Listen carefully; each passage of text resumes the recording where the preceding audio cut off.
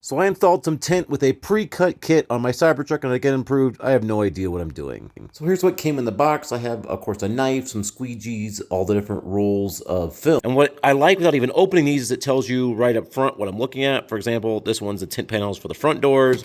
This one's gonna be the back doors.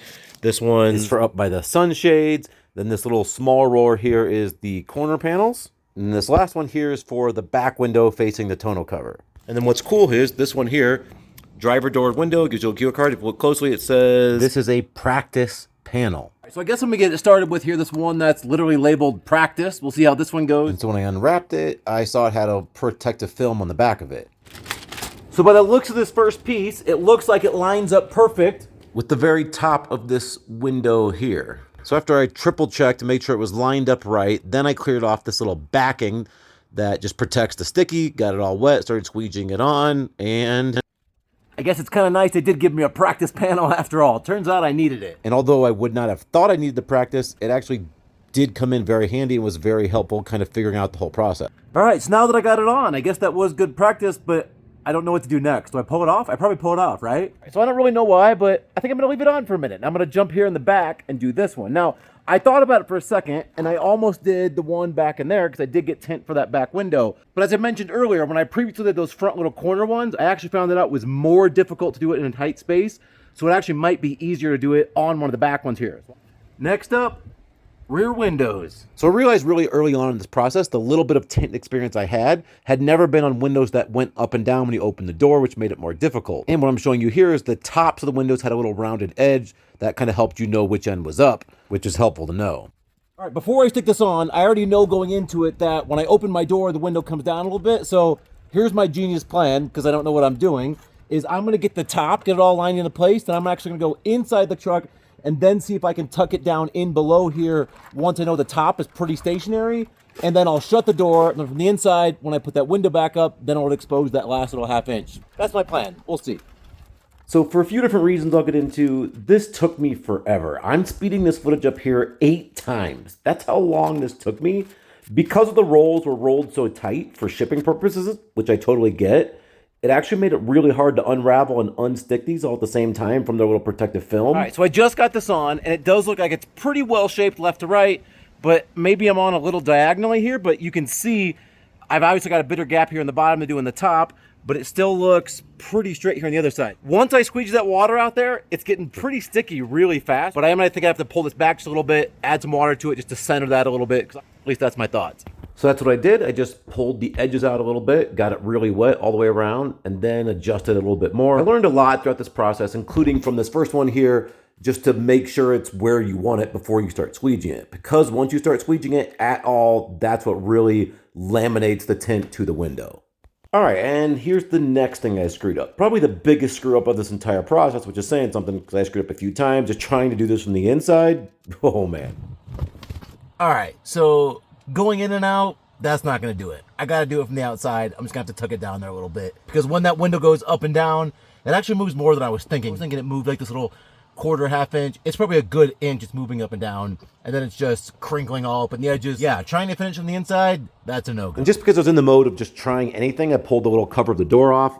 That didn't actually help. It didn't hurt, but it didn't help me get to anything. So I got this all wet, tried to move it all around again. But because of the epic fail that was trying to tuck this in from the inside, when the door window went up and down as I opened and shut the door a couple times, I actually put a little crease and kind of crinkled up the bottom left of this window tint.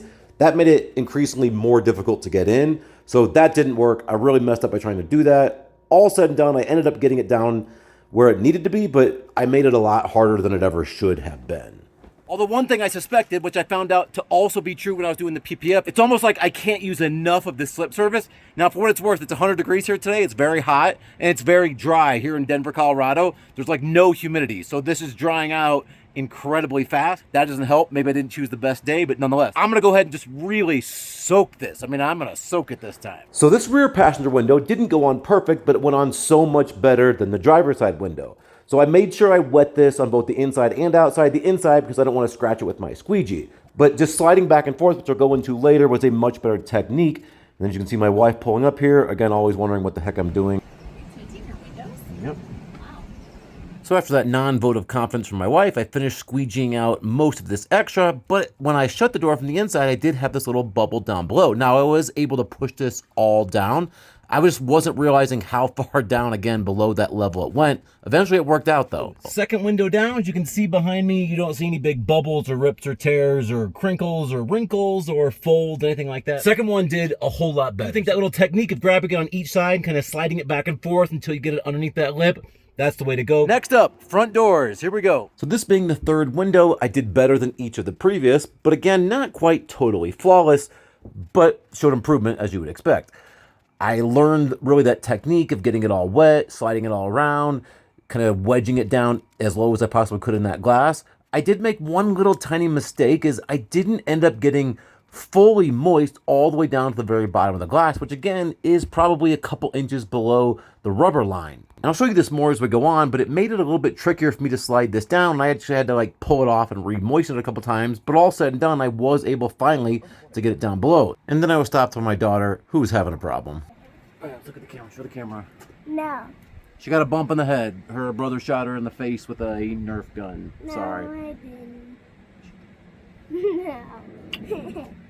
So, front passenger side window in the books. It's done, and it looks great. I have no bubbles, no wrinkles, no creases, nothing like that. And this one, the biggest problem I ran into was I must have had the slightest little bit way down low here that didn't have moisture on it. So it just stuck a little bit, and that was just creating like a big bubble all the way down that lip because it just couldn't set right. So when I go over and do the driver's side, which hopefully I've learned a little bit, I'll just make sure I get that fully moistened all the way down. And here's one more look from the outside with the window all the way up. So 3 main windows down, 1 to go, but I forgot I do still have this little test piece on here. So I'm gonna see how this comes off.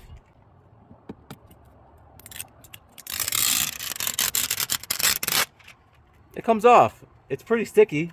I don't know if it really left the film or anything, but if you're doing this on your own, I'd probably recommend taking this off just a little bit sooner once you figure out you got the hang of it. So here we go on the fourth and final window. Got it really wet, and then I actually opened up the little weather stripping there and actually squirted it way down below to try to avoid that problem I had last time. Again, it's hard to stress what a pain it was to get this little backing off because it was really sticky unless you got it moist. You see eventually I got it all figured out. This window here, as I switch angles, was so much easier than any of the previous 3. I really made good ground. Soaking it is part of that key, and then sliding it back and forth, as you see here, really burying it down below that window line is the trick. And just really making sure the bottom is totally settled before moving on to anything else, including squeegeeing out that water. Getting the bottom stuck first, and then everything else, that's the ticket.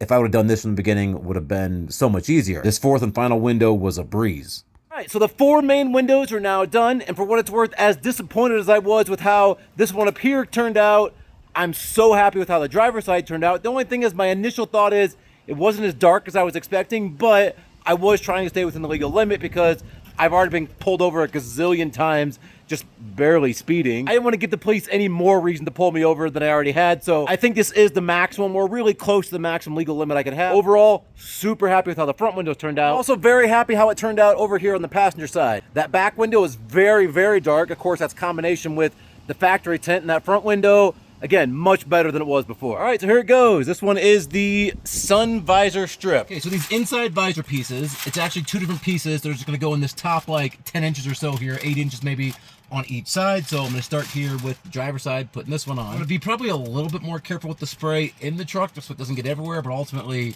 it is what it is. So really just like I did the other 4, just got it really wet, put this little piece up into place, slid it around until it was in position, then squeegeed out all the excess water. Obviously a little bit trickier on the inside because I kind of made a little bit of a mess with all this water, but it worked. Then while I'm here in the driver's seat, I'm gonna do this front corner panel, which is just that front triangle area up there. This is the one I attempted to do by myself without a pre-cut kit. One side worked really well, the other side was a disaster, so we'll see. Hopefully the pre-cut makes this whole process a little bit simpler. And as you'll see throughout this process, it was so much simpler. I soaked it just like I did all the other ones, put this little piece into place. It was perfectly pre-cut, and then added a little bit more water and then started squeegeeing these out. Then finally I got smart and went and grabbed one of the other smaller squeegees that came in the kit. Really nice of them to do that. Here's actually what it looks like from the outside. And this really couldn't have gone any better. As you can kind of see squishing out those fine little bubbles with this little tight squeegee. It's one of the flaws of the Cybertruck is when this mirror is fully in place, even with this up, you still have this little gap right here. And when you have that bright sun shining through here, you can never fully shut this, no matter what you do. And then if you're on a hill where you're going kind of up and down a little bit, you just can't get it out of the way. I think this little strip here, I'm thinking it's really gonna make life a little bit easier for me. So this last panel, just like the other ones, get it nice and wet, line it up where the only way it can go, slide it around, squeegee out all the water. Again, trying not to make a huge mess, which I kind of did, but nonetheless, this worked out really well. The only thing I have left from the kit I haven't put on was this part here that's gonna go on the rear window, which honestly, I didn't even need this probably because my tonal cover is shut most of the time. I will eventually throw this on. I don't think this added anything to the video. All said and done, here's what I think. Compared to the $800 to $1,400 I was quoted to wrap this was significantly cheaper at, just under 300 bucks, something along those lines. However, it's still not dirt cheap. That's not throwaway money. To me, $300 is a lot of money. I don't know about you. It was not the most difficult thing I've done on the truck, but also it was not the most simple. Now, I probably could have done a little bit more homework, a little more research. I probably could have gotten somebody to help me rather than just doing this by myself like always.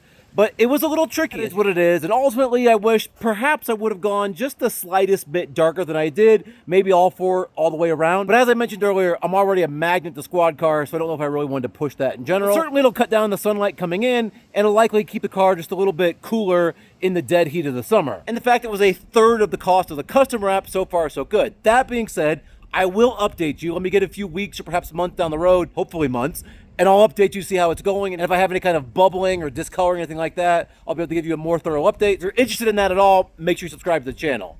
But if I had to pick a level of difficulty between the actual wrap and the tint, for what it's worth, I thought the tint was just a little bit harder, a little bit more difficult because you can't hide anything, any kind of wrinkle, any kind of crease, any kind of bubble. Glass, you're looking through it all the time and it exposes and it looks bad if you don't get it right. Well, hopefully if you don't have a Cybertruck, I kept you entertained for these 2 minutes. If you do, hopefully this helps you decide if this is something you'd want to get these pre-cut tint yourself. As always, thanks for watching. I'll see you guys in the next one. And for what it's worth, somehow with the dark windows, this thing looks even cooler than before.